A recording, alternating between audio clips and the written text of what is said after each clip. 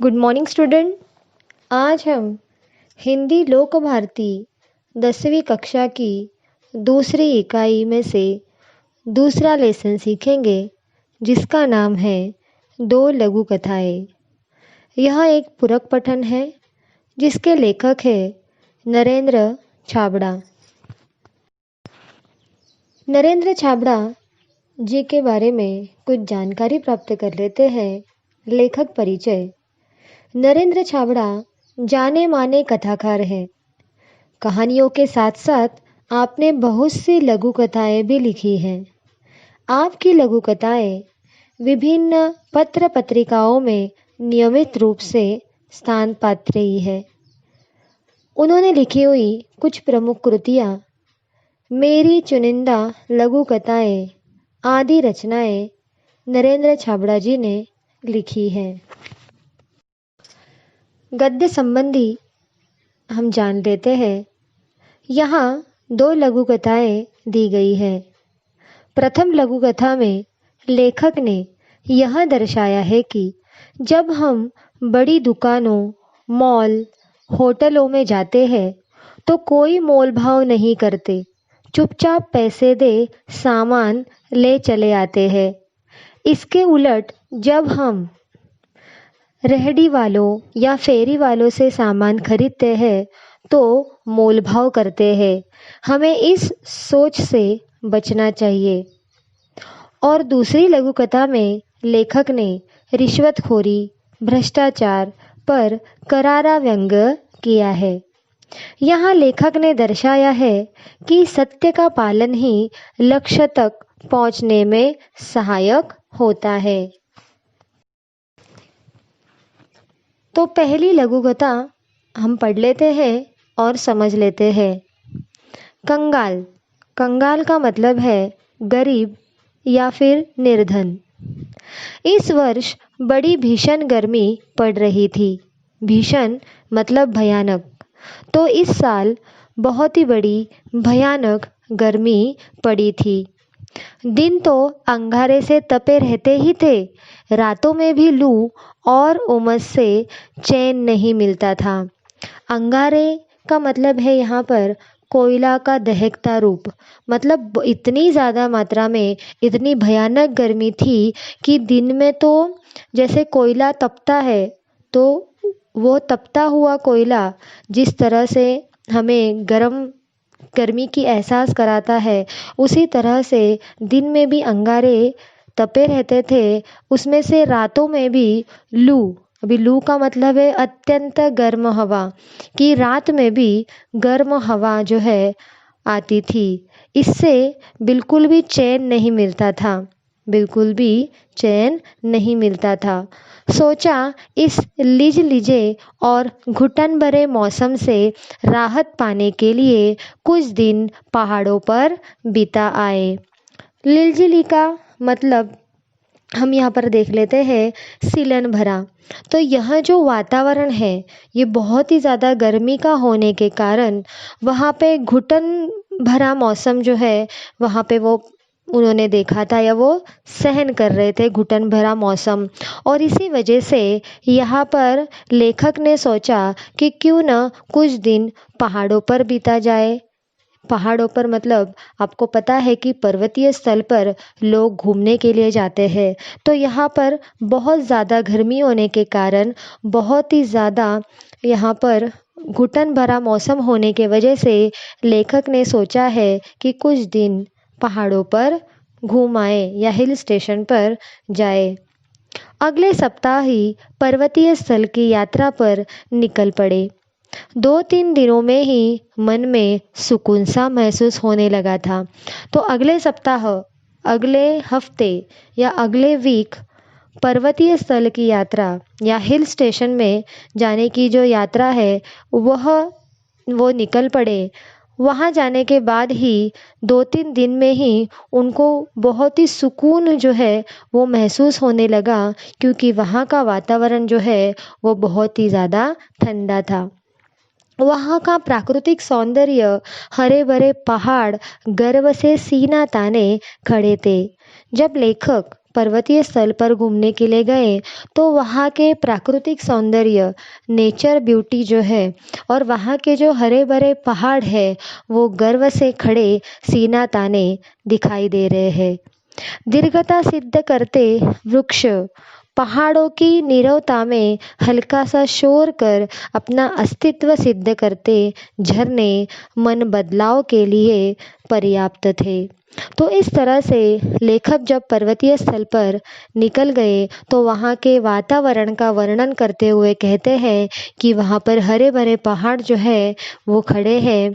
यही नहीं, अपनी दीर्घता सिद्ध करने के लिए, मतलब कभी भी नष्ट न होने वाले और हमेशा निश्चय से खड़े होने, सिद्ध का मतलब है यहाँ पे निश्चय से, सफलता से जो है वो खड़े हैं। वृक्ष वृक्ष जो पेड़ है वो पहाड़ों की नीरवता जो है, यहाँ पर नीरवता का मतलब होता है एकदम शांत।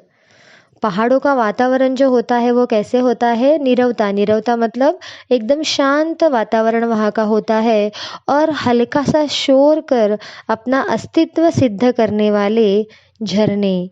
तो उस शांत पहाड़ों पर थोड़ी आवाज़, अत्यंत हल्का सा शोर जो आता था वो आता था झरने का। वहाँ पर जो झील हुआ करती थी या झरना हुआ करता था, वो झरने जो है वो वहाँ पर बहते हुए नज़र आ रहे हैं। तो इस तरह से एकदम सुंदर यह जो नेचर ब्यूटी है या प्राकृतिक सौंदर्य है वो देखने के बाद मन जो है उसमें बदलाव आ चुका है। यही नहीं, एक सुकून सा महसूस होने लगा है।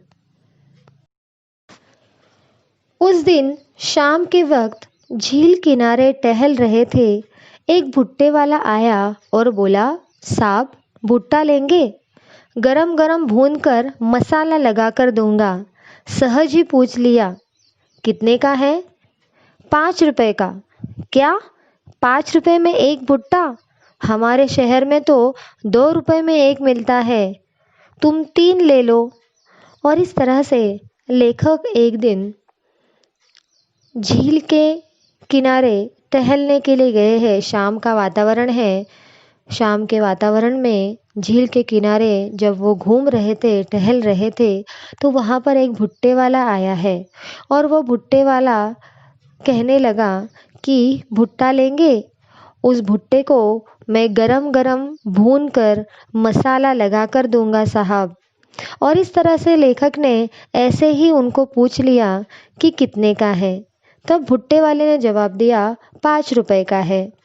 लेकिन 5 रुपए का एक भुट्टा सुनकर लेखक जो है वो कहने लगे, हमारे शहर में तो 2 रुपए में एक मिलता है, मैं तुम्हें 3 रुपए देता हूँ।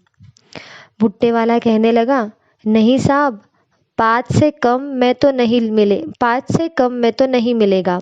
तो इस तरह से भुट्टे वाले ने कहा कि नहीं, 5 से कम आपको नहीं मिलेगा, तो रहने दो। हम आगे बढ़ गए और इस तरह से लेखक ने जवाब दिया कि आप 3 रुपए में नहीं ले रहे हो तो फिर रहने दो।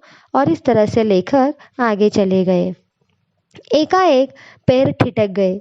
पैर ठिठकना मतलब अचानक पैर रुकना। और मन में विचार उठा कि हमारे जैसे लोग पहाड़ों पर घूमने का शौक रखते हैं, हजारों रुपए खर्च करते हैं, अच्छे होटलों में रुकते हैं, जो बड़ी दुकानों में बिना दाम पूछे खर्च करते हैं, पर गरीब से 2 रुपए में या 2 रुपए के लिए झिकझिक करते हैं। और इस तरह से भुट्टे वाले से भुट्टा न लेकर लेखक जो है वो आगे चले गए। आगे चलते हुए अचानक उनके पैर रुक गए, अचानक उनके पैर ठिठक गए और वो सोचने लगे कि पहाड़ों पर हम कई पैसे, मतलब बहुत सारे पैसे खर्च करके हम घूमने के लिए आते हैं।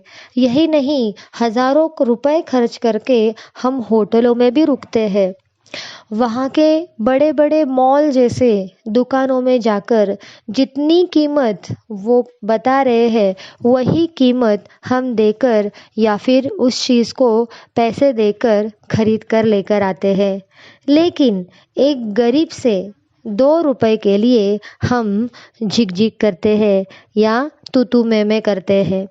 कितने कंगाल हैं हम। लेखक अपने आप को ही गरीब कह रहे हैं, निर्धन कह रहे हैं कि हम 2 रुपए के लिए एक गरीब से झिकझिक करते हैं, लेकिन मॉल में जब हम खरीदने के लिए जाते हैं तो बिना कुछ कहे जितनी कीमत सामने वाला व्यक्ति बता रहा है उतनी कीमत हम देकर वो चीज़ें खरीद कर लाते हैं। लेकिन गरीब के साथ हम 2 रुपए के लिए झिकझिक करते हैं। और फिर लेखक अपने आप को ही कंगाल कह रहे हैं, गरीब या निर्धन कह रहे हैं। उल्टे कदम लौटा और 20 रुपए में 4 भुट्टे खरीद कर चल पड़ा अपनी राह। और इस तरह से लेखक वापस उल्टे कदम चले गए और उसी भुट्टे वाले से 20 रुपए में 4 भुट्टे खरीद कर वो अपनी राह चल पड़े। मन अब सुकून अनुभव कर रहा था और इस तरह से एक गरीब व्यक्ति को जितनी कीमत उसने बताया है उस कीमत में ही भुट्टे खरीदने के बाद लेखक के मन को सुकून अनुभव हुआ या सुकून महसूस हुआ। दूसरी लघु कथा, सही उत्तर। अब तक वह कितनी ही स्थानों पर नौकरी के लिए आवेदन कर चुका था, साक्षात्कार दे चुका था। उसके प्रमाण पत्रों की फाइल भी उसे सफलता दिलाने में नाकामयाब रही थी। यहाँ पर लेखक ने कई सारे स्थानों पर नौकरी के लिए आवेदन दे चुके थे। आवेदन का मतलब है निवेदन या फिर प्रार्थना करना। लेखक ने कई सारे स्थानों पर नौकरी के लिए एप्लीकेशन या आवेदन जो है वो दे चुके हैं। यही नहीं, साक्षात्कार दे चुके हैं। साक्षात्कार का मतलब है मुलाकात, मतलब इंटरव्यू देना। उन्होंने कई जगह पर इंटरव्यू भी दिए थे। उसके प्रमाण पत्रों की फाइल भी उसे सफलता दिलाने में नाकामयाब रही थी। यही नहीं, प्रमाण पत्र या रिजल्ट की फाइल भी सफलता दिलाने में नाकामयाब रही थी। सर्टिफिकेट फाइल दिखाने के बावजूद भी उनको सक्सेस जो है वो नहीं मिलता था। हर जगह पर भ्रष्टाचार, रिश्वत का बोलबाला होने के कारण योग्यता के बावजूद उसका चयन नहीं हो पाता था। चयन का मतलब है यहाँ पर चुनना या फिर सिलेक्ट करना। तो इस तरह से हर जगह पे भ्रष्टाचार था, रिश्वत का बोलबाला था और इसकी वजह से यहाँ पर उनको नौकरी जो है वो नहीं मिलती थी, या फिर उनकी योग्यता होने के बावजूद भी, वो क्वालिफाइड होने के बावजूद भी, उनका क्वालिफिकेशन होने के बावजूद भी, उनके पास सर्टिफिकेट्स होने के बावजूद, मतलब योग्यता के बावजूद भी उनका सिलेक्शन नहीं होता था। उनको सिलेक्ट नहीं करते थे, या चयन, क्या नहीं करते थे, चयन मतलब वो उनको चुना नहीं जाता था। हर ओर से अब वह निराश हो चुके थे। भ्रष्ट सामाजिक व्यवस्था को कोसने के अलावा उसके वश में और कुछ तो नहीं था। यहाँ पर यह जो भ्रष्ट सामाजिक व्यवस्था है, आप देखेंगे तो हर जगह पे जो है भ्रष्टाचार जो है या रिश्वत जो है वो बढ़ चुका है। और इस तरह से यहाँ पर उसको भ्रष्ट या रिश्वतखोरी के वजह से यहाँ पर उनको नौकरी जो है वो नहीं मिलती थी। जिन्होंने रिश्वत दी वहाँ पर उन लोगों को नौकरी के लिए सिलेक्ट किया जाता था। तो इस तरह से यह जो भ्रष्ट सामाजिक व्यवस्था है, उस व्यवस्था से या उस व्यवस्था को कोसने के अलावा उसके हाथ में कुछ नहीं था। आज फिर से उसे साक्षात्कार के लिए जाना है। आज वापस उनको इंटरव्यू के लिए जाना है। अब तक देश प्रेम, नैतिकता, शिष्टाचार, ईमानदारी पर अपने तर्कपूर्ण विचार बड़े विश्वास से रखता आया था, लेकिन इसके बावजूद उसके हिस्से में सिर्फ असफलता ही आई थी। यहाँ पर उन्होंने कहा है कि आज उनको वापस मुलाकात या इंटरव्यू के लिए जाना है। देश प्रेम, नैतिकता, वैल्यूज़, शिष्टाचार, रिस्पेक्ट करना, ईमानदारी, तो यह जो उनके तर्कपूर्ण विचार है या उनके जो विचार है, सोच है, वो जो बड़े विश्वास से जो है उनका जो विचार है, लेकिन उसके बावजूद भी वो हमेशा असफल रहे हैं। साक्षात्कार के लिए उपस्थित प्रतिनिधि मंडल में से एक अधिकारी ने पूछा, भ्रष्टाचार के बारे में आपकी क्या राय है। और इस तरह से वो इंटरव्यू के लिए चले गए हैं। वहाँ जाने के बाद वहाँ पर जो प्रतिनिधि मंडल थे, प्रतिनिधि मतलब रिप्रेजेंटेटिव जो रहते हैं, तो वो जो प्रतिनिधि जो इंटरव्यू लेने के लिए सामने बैठते हैं, वो अधिकारी जो है उन्होंने उसमें से एक अधिकारी में ने एक सवाल किया है उनको, भ्रष्टाचार के बारे में आपकी क्या राय है। उनको सवाल किया। आपको पता होगा कि नौकरी के इंटरव्यू के लिए हम जब जाते हैं तो सामने जो अधिकारी बैठा है वो हमें कई सारे सवालात करते हैं और उस सवालात के जवाब अगर हमने सही दिए तो वहाँ पे हमें सिलेक्ट किया जाता है। और उसी तरह से वहाँ पे जो एक प्रतिनिधि थे, कई सारे प्रतिनिधि थे, उसमें से एक अधिकारी ने उनको सवाल किया या उनको पूछा, भ्रष्टाचार के बारे में आपकी क्या राय है। उस व्यक्ति ने भ्रष्टाचार के बारे में जब राय पूछी तो इन्होंने जवाब दिया, भ्रष्टाचार एक ऐसा कीड़ा है जो देश को घुन की तरह खा रहा है। यहाँ पर अभी पहले घुन के बारे में समझ लेते हैं कि घुन यह क्या है। तो घुन एक ऐसा कीड़ा होता है, एक लाल रंग का कीड़ा होता है जो अनाज को खा लेता है या अनाज को क्या करता है, वो खाकर पाउडर तैयार करता है। और इस तरह से घुन यह एक कीड़ा है और वो कीड़ा अगर अनाज को लग जाए तो पूरा अनाज जो है वो क्या करते हैं, नष्ट कर लेते हैं। और इसी तरह से भ्रष्टाचार को लगा यह एक कीड़ा है जो घुन की तरह क्या करता है, उसको खा जाता है। उसने सारी सामाजिक व्यवस्था को चिंताजनक स्थिति में पहुंचा दिया है। और इस भ्रष्टाचार के वजह से क्या हुआ है, सामाजिक जो व्यवस्था है वो बहुत ही ज़्यादा चिंताजनक हुई है। सच कहा जाए तो यह देश के लिए यह एक कलंक है। यह जो भ्रष्टाचार है वो हमारे देश के लिए कलंक है, धब्बा है, बदनामी है। अधिकारियों के चेहरे पर हल्की सी मुस्कान और उत्सुकता छा गई। उसके तर्क में उन्हें रुचि महसूस होने लगी। जिस व्यक्ति ने यह जवाब दिया, इंटरव्यू के लिए जो व्यक्ति आया है और उस व्यक्ति ने जो जवाब दिया, उसकी तर्क मतलब उसकी सोच, उसके विचार पर इन अधिकारियों की रुचि महसूस होने लगी, पसंद जो है वो महसूस होने लगी। और इस तरह से दूसरे अधिकारी ने एक प्रश्न किया, रिश्वत को आप क्या मानते हैं। उस व्यक्ति ने जवाब दिया, यह भ्रष्टाचार की बहन है। जैसे विशेष अवसरों पर हम अपने प्रियजनों या परिचितों, मित्रों को उपहार देते हैं, उसका स्वरूप भी कुछ वैसा ही है। इस तरह से उस व्यक्ति का पहला जवाब सुनने के बाद दूसरे अधिकारी ने उसको दूसरा सवाल किया कि रिश्वत के बारे में आप क्या जानते हैं। तो उस व्यक्ति ने अभी रिश्वत के बारे में भी जानकारी देना शुरू किया। यह भ्रष्टाचार की बहन है। रिश्वत क्या है, भ्रष्टाचार की बहन है। जैसे विशेष अवसर पर हम क्या देते हैं, अपने रिलेटिव्स को, अपने जो भी प्रियजन होते हैं या अपने जो परिचित लोग होते हैं उनको हम क्या देते हैं, उपहार देते हैं, गिफ्ट देते हैं। इसका स्वरूप भी कुछ इस तरह से ही होता है।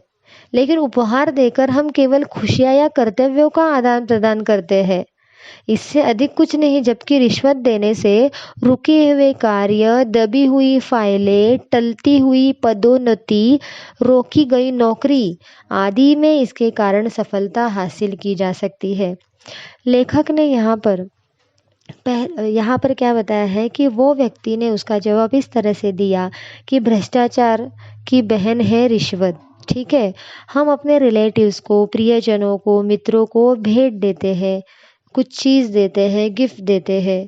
इससे क्या होता है कि हम एक दूसरे को कर्तव्य या फिर खुशियाँ जो है वो बाँटते हैं, ठीक है। लेकिन यहाँ पे रिश्वतखोरी या भ्रष्टाचार में हम क्या करते हैं, उनको रिश्वत देने से या देने से रुके हुए कार्य जब हम किसी ऑफिस में या किसी ऐसी जगह पर जहाँ पे रिश्वत ली जाती है, भ्रष्टाचार होता है, वहाँ पर हम जो भी गिफ्ट या उपहार उनको देते हैं, उसके बदले क्या होता है, जो दबी हुई फाइलें होती है, टलती हुई जो पदोन्नति होती है, मतलब जिसने पैसे दिए उसकी फाइल ऊपर आ जाती है और उसका काम पहले किया जाता है। आपने देखा होगा कि बड़ी बड़ी संस्थाओं में इस तरह का कार्य किया जाता है कि अगर पैसे आपने दिए, रिश्वतखोरी या रिश्वत दिए, तो आपकी जो दबी हुई फाइल रहती है वो ऊपर आ जाती है और आपका काम पहले किया जाता है।